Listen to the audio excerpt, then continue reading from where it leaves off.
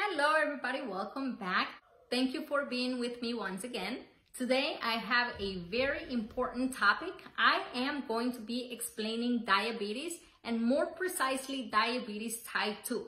Why diabetes type 2? Well, because it is the most common. So get ready, get your pen and paper and get ready to take a lot of notes. Remember that if you take notes, you'll remember more, okay? All right, so diabetes. Diabetes type 2 is one of the most common chronic medical conditions in the world. So I'm sure that either someone watching this video has diabetes or you may actually know someone who has diabetes if you don't have it. It is that common. It is everywhere. Everybody either knows or has diabetes. It is also very costly.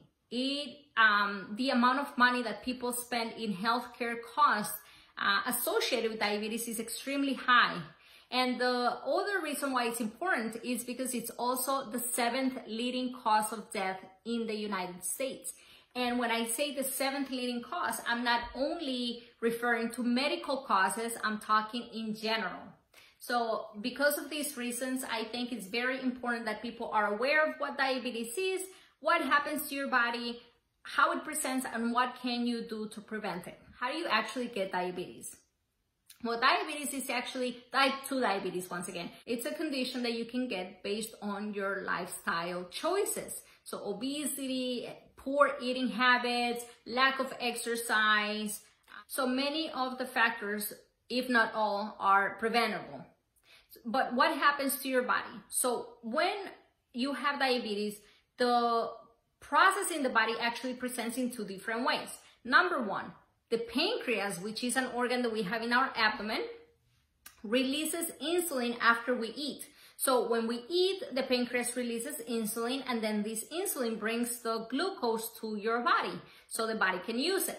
Well, in diabetes, this process does not happen like it should. Basically, in diabetes, the pancreas cannot keep up with the demand of what we're ingesting. And since it cannot produce insulin, enough insulin to bring all the glucose to the tissues, then the glucose starts building up in our body.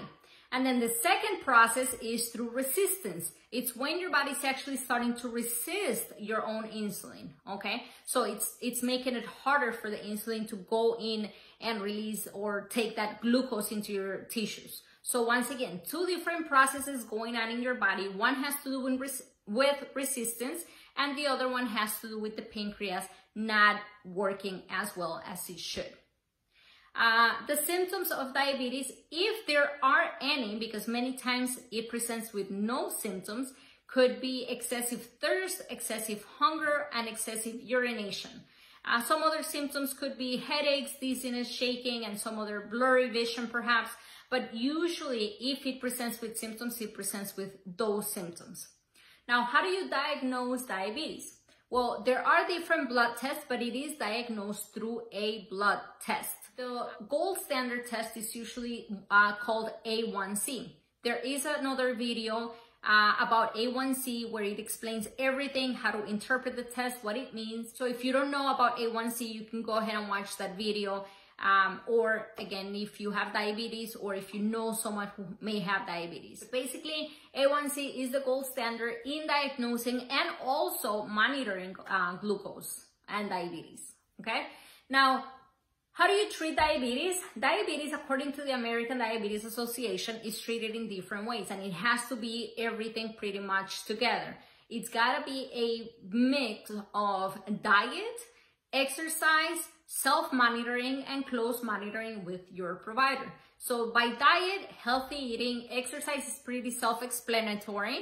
Self-monitoring at home, meaning checking your blood sugar, checking your feed, making your conscious choices daily to keep control of your diabetes. And then of course, close monitoring with your healthcare provider so they can check your A1C, make sure that it is improving and that you are in the right regimen.